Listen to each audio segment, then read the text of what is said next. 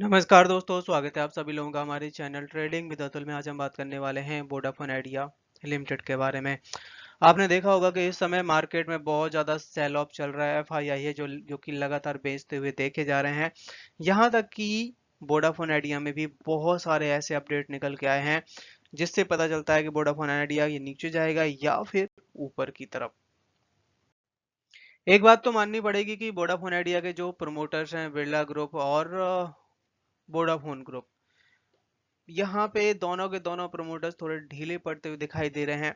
ऐसा नहीं लग रहा है कि वो अपनी कंपनी में कुछ पैसा डालें, क्योंकि देखा जाए तो इनके पास काफी बड़ा अच्छा बिजनेस है। पैसा चाहे तो यहाँ पे डाल सकते हैं, झोंक सकते हैं और रिलायंस जियो और एयरटेल को कंपटीशन दे सकते हैं।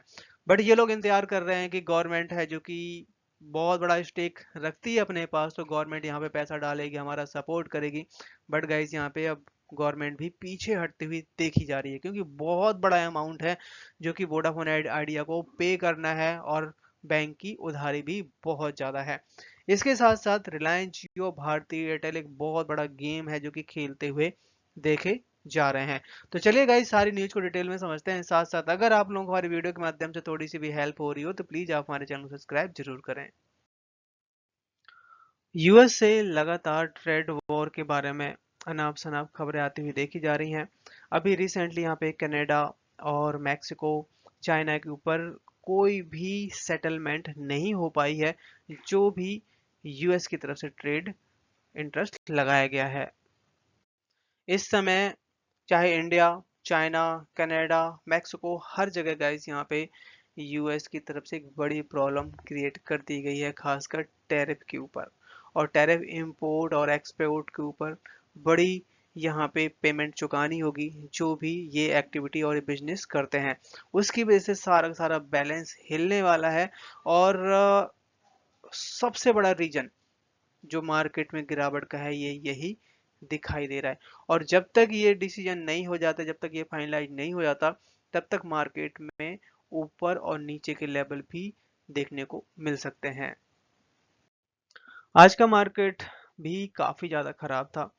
लगभग 100 पॉइंट्स की डाउन साइड दिखाई दे रही थी दोपहर के समय, और आप देख सकते हैं 73 पॉइंट्स की डाउन साइड के साथ क्लोजिंग दिया है। निफ्टी 15 है। यहाँ पे बैंक निफ्टी है जो कि मामूली से तेजी दिखाई है। आईटी है जो कि इस समय 52 लो के आसपास स्टॉक पहुंच चुके हैं, 188 पॉइंट्स की डाउन साइड। स्मॉल कैप का इंडेक्स है जो कि इसमें 272 पॉइंट्स की बड़ी गिरावट दिखाई दी। वोडाफोन आइडिया खासकर और इंडस टावर बहुत ज्यादा तेजी से सेलिंग होती हुई देखी गई। उसके पीछे यहाँ पे खासकर रिलायंस जियो और भारती एयरटेल एक बड़ी प्लानिंग करते हुए देखे जा रहे हैं, जिसमें ये दोनों स्टॉक, इंडस टावर और वोडाफोन आइडिया, 6 से 7% तक की गिरावट दिखाते हुए देखे गए। जबकि अगर हम बात करें इंडेक्स का, तो इंडेक्स इतना नहीं गिर रहा था जितनी ये तेजी से सेलिंग बनी हुई थी इन दोनों स्टॉक में। बेसिकली फ्यूचर के हिसाब से देखा जाए तो भारती एयरटेल और रिलायंस जियो ने काफ़ी अच्छी डील करी है एलोन मस्क के साथ में। स्टारलिंक कंपनी है जो कि टेलीकॉम सर्विस प्रोवाइड करती है। बट अगर देखा जाए इंडिया में खासकर, तो जो सैटेलाइट से जो इंटरनेट सर्विस आने वाली है बहुत महंगी पड़ेगी, जो कि इंडिया में इतना जल्दी नहीं आने वाली। सो लॉन्ग टर्म के हिसाब से इन दोनों कंपनियों के लिए बेनिफिट हो सकता है, बट इसका इम्पैक्ट वोडाफोन आइडिया पे ज़्यादा नहीं दिखाई देगा, क्योंकि वोडाफोन आइडिया भी बहुत तेज़ी से अपने नेटवर्क यहाँ पे अपग्रेड करता हुआ दिखाई दे रहा है। गवर्नमेंट है जो कि अब यहाँ पे पीछे हटती हुई देखी जा रही। बताया जा रहा है कि 10 मार्च के आसपास करीबन 6090 करोड़ का बैंक गारंटेड है जो कि पे करना था, और जिसमें गवर्नमेंट ऑफ इंडिया जो कि पीछे हटती हुई देखी जा रही है। अब ये जो अमाउंट है वोडाफोन आइडिया को ही चुकाना होगा, इसमें कोई भी रियायत नहीं मिली है। इसके साथ साथ वोडाफोन आइडिया 4G और 5G की जो कैपेसिटी है वो यहाँ पे नोकिया के साथ मिल के IP black wheel upgrade deal final हो चुकी है, जिसमें 4G और 5G की कनेक्टिविटी काफ़ी अच्छे से बढ़ने वाली है। जिसमें नोकिया है जो कि अब 3 साल तक वोडाफोन आइडिया को जो भी प्रॉब्लम्स होगी 4G और 5G से रिलेटेड उसमें सपोर्ट करेगा, इनके सर्वर को भी अपडेट करता रहेगा। तो ये एक बहुत बड़ी डील मानी जा रही है मार्केट में। तो कुछ बैड न्यूज हैं तो कुछ गुड न्यूज हैं, इन दोनों के साथ मिलकर स्टॉक में माहौल बना हुआ है। गाइस आज है 14 मार्च और कंपनी की तरफ से ये प्रॉमिस हुआ था कि मुंबई में खासकर 5G का ट्रायल होगा लॉन्च, मतलब होली के दिन। और इसके साथ साथ कंपनी है जो कि शुरुआत में 5G का जो पैकेज है काफ़ी सस्ता भी देने वाली है। बट उसके लिए 5G की सिम होना चाहिए वोडाफोन आइडिया की, तभी आप इंटरनेट अच्छे से यूज कर पाएंगे। इसके बाद कंपनी है जो कि बहुत सारे एरिया में भी 5G लॉन्च कर रही है। बात करें यहाँ पे, अगर हम वॉल्यूम एनालिसिस करें तो आज आप देख सकते हैं 44 करोड़ का वॉल्यूम बना हुआ है। डिलीवरी उठाई गई है करीबन 50% तक की, तो काफी अच्छा यहाँ पे खरीदारी भी बनी हुई है। आज के दिन शेयर ने हाई बनाया 7.17 का, लो बनाया 6.93 का, क्लोजिंग दिया 6.95 पे, 2% तक की बड़ी गिरावट दिखाई दी। चार्ट में नजर डाली जाए तो यहाँ पे आप देख सकते हैं कि स्टॉक है जो कि अपने सबसे बड़े सपोर्ट के आसपास आ चुका है 6.95 के आसपास। इसको ब्रेक करता है तो स्टॉक फिर 6.5 रुपए तक के भी लेवल दिखा सकता है।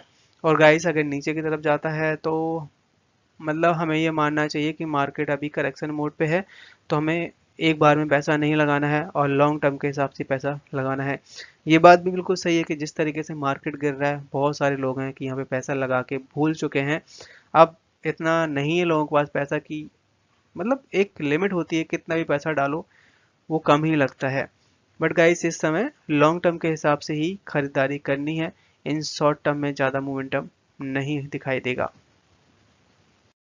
वैसे अगर देखा जाए तो कंपनी के जो Q3 के जो नंबर्स हैं ठीक ठाक कह सकते हैं, मतलब ठीक ठाक क्या, लॉस में तो है ही और काफी बड़ा लॉस है। बट अगर वो लॉस आपका 7,000 करोड़ का है जो कि इस समय 6,500 करोड़ का हो जाए, तो आप सोच सकते हैं कि 500 करोड़ का यहाँ पे लॉस कम हुआ है। कंपनी की सेल भी बढ़ी है, जहाँ तक कि कंपनी ने काफी हद तक अपना लोन भी चुका दिया है।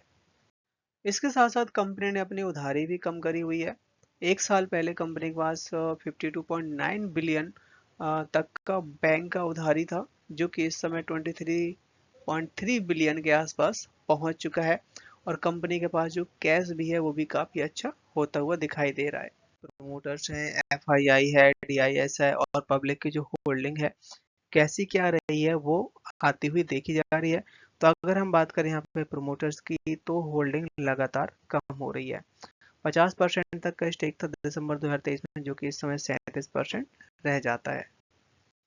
बात की जाए अगर एफआईआई के बारे में, तो एफआईआई के पास 2.27% तक का स्टेक था दिसंबर 2023 में, जो कि इस समय 10% रह जाता है। और जून और सितंबर के क्वार्टर में करीबन 13% तक के आसपास था, तो रिड्यूस किया गया है यहाँ पे एफआईआई की होल्डिंग। डीआईएस के डेटा पे अगर नज़र डाली जाए तो 36% तक का स्टेक तो दिसंबर 2023 में, जो कि अब 27% रह जाता है। तो यहाँ पे डीआईएस ने जम के बिकवाली की हुई है।